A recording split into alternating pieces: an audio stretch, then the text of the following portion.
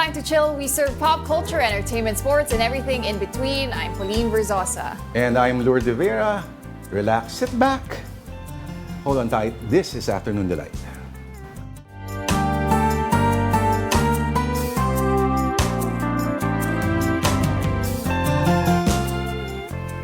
Alright, it's Thursday, August 8, 2024. Isang araw na lang po, weekend na. Sabi na nga ba eh.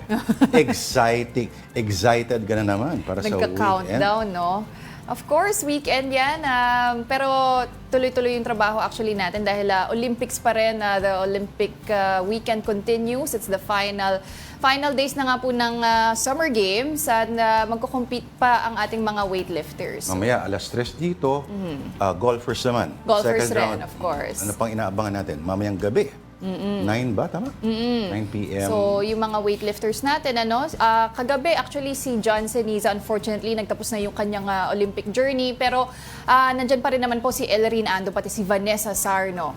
Hopefully, makapag-uwi pa po ng medalya para sa Pilipinas. Weightlifting. Yes. Abangan natin yan. Alright. Breakdancing.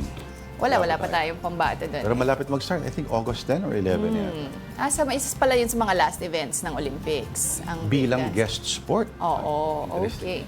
So ayan po, ang aming delight naman po of the day is egg pie. So, bakit nga ba egg pie? Bakit egg pie? Because sports, lalong-lalo na yung Olympic level, exhilarating. Wow. Ano pa? Exciting. Ano pa?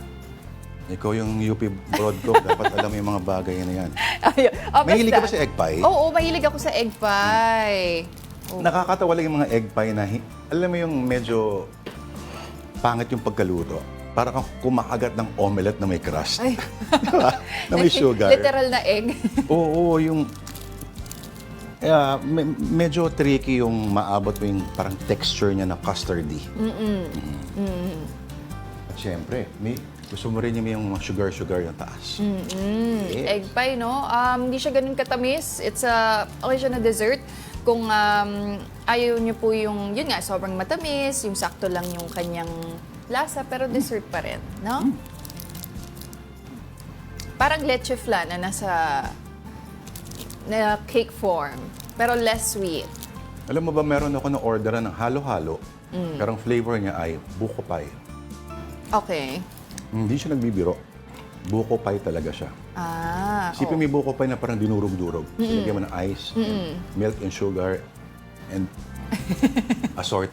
an assortment of other condiments. Oo. Uy, pwede rin na tayo mag-feature ng mga pie. Inisip ko kung the jury is still out there kung masarap siya o hindi. Ang buko pie. Naguluhan ako sa kanya. Pero maraming iba't ibang klaseng pie na masarap din, di ba? Apple pie, buko pie, yan, sa Tagaytay, laging pasalubong yan, di ba? Buko pie? Sa Tagaytay.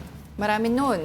Meron bang technique of telling kung alin doon sa mga magkakapareho halos pangalan ng mga original? Oo nga eh. Yung dinadaanan.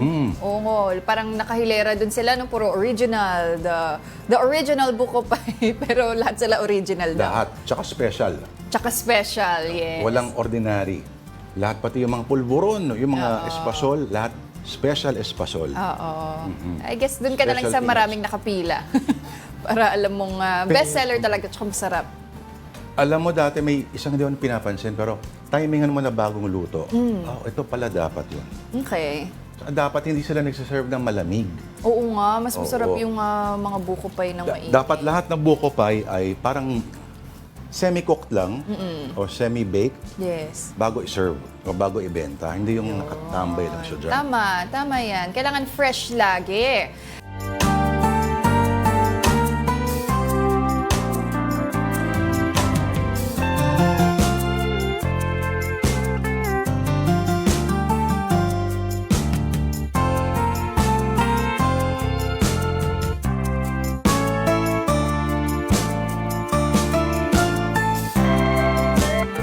Are back. Nagbabalik po ang Afternoon Delight dito po sa One News. Ako po si Lourdes de Vera. At ako naman po si Pauline Verzosa. Muli, magandang hapon po.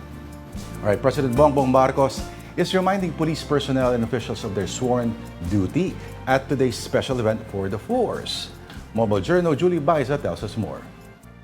Our crackdown on illegal drugs, smuggling, illegal gambling, private armed groups, human trafficking, and criminality has also strengthened significantly in the ways that are not only effective, but legal and lawful. Indeed, police operations are now conducted as humane, as truthful, and as bloodless as possible. Ito ang ipinagmalaki ni Pangulong Bongbong Marcos sa pagdalo sa 123rd Police Service Anniversary Celebration sa Camp Crame, Quezon City. Ayon sa Pangulo, dapat mapanatili ang imahe ng PNP na maaasahan at mapagkakatiwalaan ng pamayanan. Kaugnay nito, pinuri rin ng Pangulo ang pagbaba ng kriminalidad sa bansa. The PNP has intensified its patrol operations and increased police deployment, contributing to a notable drop in crime rates, particularly in what was formerly crime-prone areas. Under your leadership, the police has responded to nearly all, or to quote the actual number, 99% of the calls for police assistance. Binanggit din ni PBBM ang pagpapalakas sa cybersecurity efforts ng ahensya. Noong nakaraang taon, binuksan daw ang PNP Cybersecurity Center. Nangako rin ng Pangulo ng patuloy na suporta sa ahensya at sa kanilang pamilya. Pero may babala si PBBM sa mga korap na opisyal. In carrying out this task, the police needs to be disciplined, transparent, and fair. Erring and corrupt police personnel will face the appropriate sanctions. Bago ang talumpati, ininspeksyon din ni PBBM ang mga bagong assets ng PNP, kabilang ang halos 300 light motorcycle, 193 units ng light transport vehicle, 75 patrol jeep single cab, at 155 light machine gun. Mobile Journal Julie Baiza po, hatid ang mukha ng balita. And meantime, here's a quick rundown of more stories on One News. The Court of Appeals has ordered the freezing of bank accounts and assets of Pastor Apollo Kibuloy. That's in response to the Anti-Money Laundering Council's petition. The court said there is reasonable ground to believe that Kibuloy's bank accounts are involved in illegal activities and predicate crimes. Kibuloy faces charges of child and sexual abuse as well as qualified human trafficking. The Department of Transportation has begun Phase 2 of the Public Transport Modernization Program. That's the route rationalization phase where the DOTR, together with LGUs, will determine the exact number of vehicles needed for each route. Pag-asa says the southwest monsoon is still prevalent in northern and central Luzon. Habagat is also expected to bring isolated rain showers over Metro Manila. Meantime, the tropical cyclone, which intensified into Tropical Storm Maria, was last spotted off extreme northern Luzon. And the country's gross domestic product grew by 6.3% in the second quarter of 2024. This is higher than the 5.8% growth in the first quarter and the 4.3% recorded in the same period last year. All right, at this point, let's get some updates down south. We have One News Cebu desk and the Freeman editor, Dale Israel. Dale, anong balita dyan? Paano magkakaroon ng solar power dyan? Di ba, muulan-ulan yata sa likod mo or maliwanag ba? Wala namang wala namang muulan, Lord. Yes. May hapon kanina doa, Lord and Pauline. Before we go to the solar power plant issue, let's just tell you something. Another story. There's actually a gathering of there's a lot of gatherings here in Cebu lately, and just yesterday some 200 municipal mayors are in Cebu for a 3-day conference. So the League of Municipalities of the Philippines, the Mindanao cluster. So they are mayors from Mindanao. There was a dinner reception hosted by the provincial government last night at the Capitol Social Hall, and that's with Governor Garcia and the Provincial Board of Cebu. During the speech of LMP Vice President for Mindanao, Jose Abad Santos, Davao Occidental Mayor Jason John Joyce, she suddenly announced that all the mayors of Mindanao will be supporting Governor Garcia should she decide to run for senator in 2025. This was also echoed by Mayor Joseph Lando of La Paz Abra. He said that he's the national president of the LMP, and he said that Ilocano vote is assured should Garcia run for senator. But speculations also of the senatorial run were also fueled when governors from other provinces in the Visayas came to Cebu during the 455th anniversary event of the province last Monday. 9 have signed a manifesto of support for the administration of PBBM, and later on during the luncheon, the governors also decided to form a One Cebu Visayas bloc, where all the 16 governors of the Visayas regions will be members. The officials believe that Garcia is the unifying force among the governors, and so the speculations were fueled that Governor Garcia will leave Cebu and will seek higher posts. But we personally asked Governor Garcia last night or yesterday about this, and but the governor told us that she will not seek higher posts. She will, in fact, seek re-election as governor of Cebu province. She said she still has a lot to do, or a lot of things to do for Cebu, and among those things, actually, is the need to put up in place more power sources for Cebu, and that's where the solar powers come in. Because there are worries from the BPO sector, Lord, that the supply may not be enough when they expand their operations further in Cebu. There are no brownouts here, but the BPO leaders are worried about the continuous yellow and red alerts hoisted by the NGCP. Kasi, however, said there is no need to worry in Cebu because there are a lot of at least 4 power projects in line for the island, one of which is the solar power plant in the Bantayan to be constructed by Spanish-based Acciona Energia. This is a 150 megawatt solar powered plant that is already approved by the Department of Energy. The second one would be another solar power plant in Toledo City, west of Cebu City. This is also it has also gotten the approval of the DOE, and it also has a 150 megawatt output. The third one will be in Dumanhog, that's south of Cebu Island. It is also a 150 megawatt solar power plant, also by Acciona Energia. This one's documents, though, are still in process by the DOE. Aside from that, Garcia said that there will be an expansion project also from Therma Visayas for their existing coal-fired power plant in Toledo City. Thus, according to Garcia, Cebu will have sufficient power even if it will be cut off from the Visayas grid. On the other hand, excess power from Cebu can also be shared to the rest of the grid in the Visayas. Since most of these projects are solar, then the price of electricity is expected to go down also. Electricity from solar plants are expected to be around 450 to 5 pesos per kilowatt hour, according to Garcia. So then BPOs need not worry about the power supply even if they continue their operations expansion within Cebu. Lord? Sana all, Dale. Oo. Okay, dagang salamat sa iyo. One News Cebu Desk and the Freeman editor, Dale Israel. Ayo bye. Maraming salamat. Dagang salamat.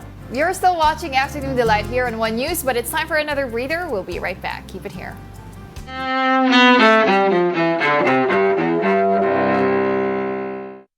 I have never been a quitter. August 8th, 1974. In Washington, President Richard Nixon says he will resign amid damaging new revelations in the Watergate scandal. I shall resign the presidency effective at noon tomorrow. Vice President Ford will be sworn in as president at that hour in this office.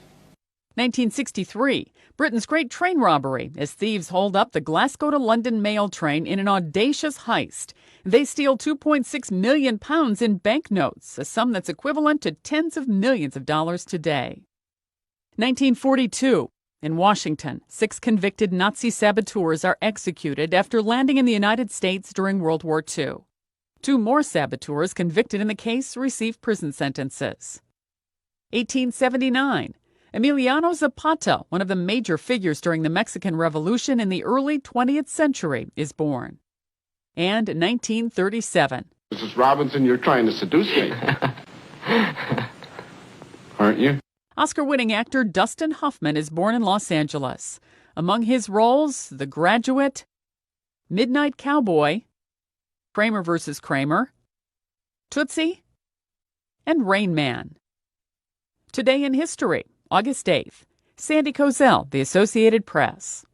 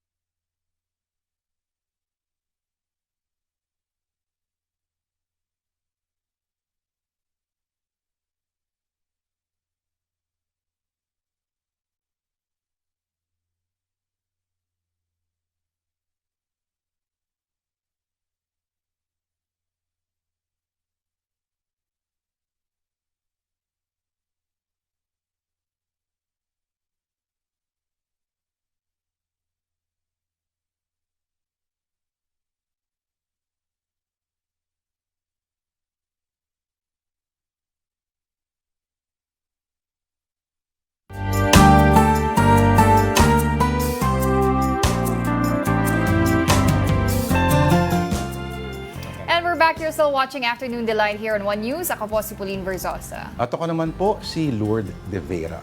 At isang malaking karangalan na mabisita po tayo ng isang napakahusay na aktor. Batang-bata pa lang, pero MMFF Best Actor. Cedrick Juan, welcome to Afternoon Delight. May bago akong pelikula. Hello. Hi, Cedric. Hello, Si Pauline, ako si Lourdes. Hello, Pauline. Hello, Sir Lord. Ano mas bagay sa kanya, may bigote o wala? Pareho naman. Kahit ano. Aray ko. Just to be safe. Oh. Ako, Bakit? may bigote o wala, hindi bagay. Gawin ka naman. Okay. Gulay lang Manong. Okay, napaka-interesting na title ng bago mong pelikula. Ito ay entry sa Cinemalaya. Gulay lang Manong. Para bang tinanong ka ba na, Manong, may karne ho ba kayo? Ganun, gulay lang Gulay Manong. lang, Manong. Pero alam natin na very controversial ang topic na ito. Yeah. Bukod sa controversial, I think marami siyang mga sensitive topic na nandito na nakapaloob sa pelikula. Number one na dito ay yung plight ng mga farmers natin, yung struggles nila for their daily lives talaga. Kung paano umaabot yung mga produce nila from the moment na kinuha nila yon hanggang sa umabot sa atin, sa mga hapagkainan natin. Kaya In general, In general talaga. Kumbaga, the way we immerse kasi while doing the film, nandun talaga yung point na kausap namin yung mga farmers. Tapos kinakausap namin sila kung paano ba tumatakbo yung negotiation ng different levels of middleman bago umabot sa mga lamesa ng mga consumers. Wow. At isa pa rin sa part ng Gulay Lang Manong ay yung access sa alternative medicine na isa rin siya sa pinag-uusapan sa Gulay Lang Manong. Pero ikaw, Cedric, paano mo pinaghandaan yung role aside from talking to farmers personally?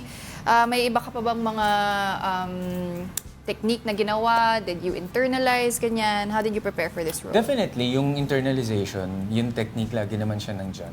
Pero depende kasi lagi kung ano yung mga script na ibinibigay at yung mga role. Number one na siguro yung pagiging collaborative dapat lagi. Together with the directors and other staff and actors ng bawat pelikulang ginagawa. Siguro ang pinaka naging technical lang ako ay kung paano yung protocols and kung paano gumalaw ang isang pulis. Kasi yung role ko dito ay isang pulis, ang pangalan niya ay Ariel Lacson. Tapos... Yun talaga apelido Yes, Bobo Ariel Lacson talaga. So, feeling ko, just to add to what I usually do sa paghimay ng script ko. Yes. Nandun yung pag-aaral kung paano dapat gumalaw ang isang pulis at ano yung mga protocols nila when it comes to handling cases. Yun.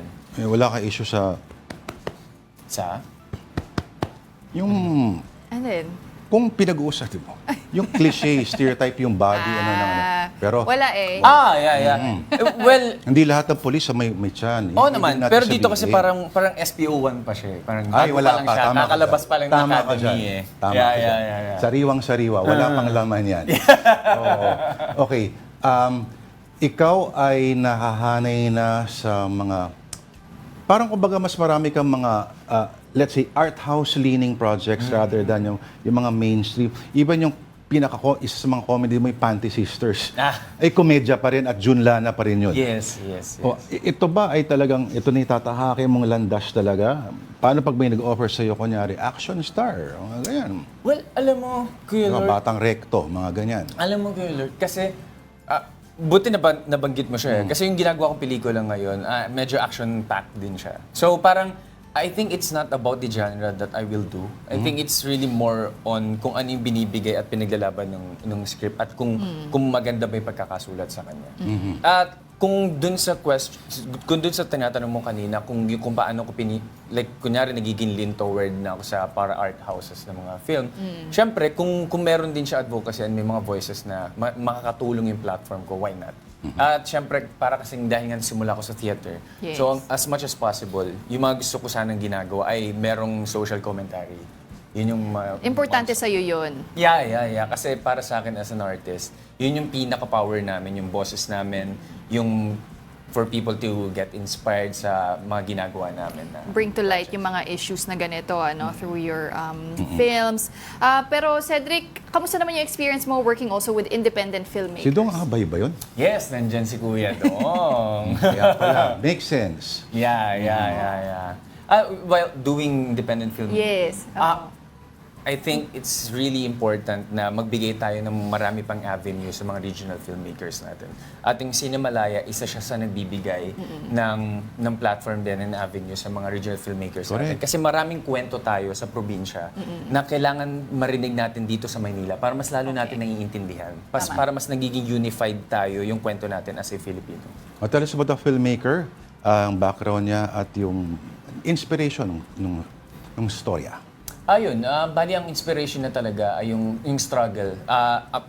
Dalawa kasi siya about sa access sa alternative medicine at the same time struggles ng farmers at kung paano nagpe-play around dun yung politics. And at the same time, it's a parang sabihin na natin china-challenge niya yung moral compass mo and kung kailan mo panghahawakan yung integrity mo.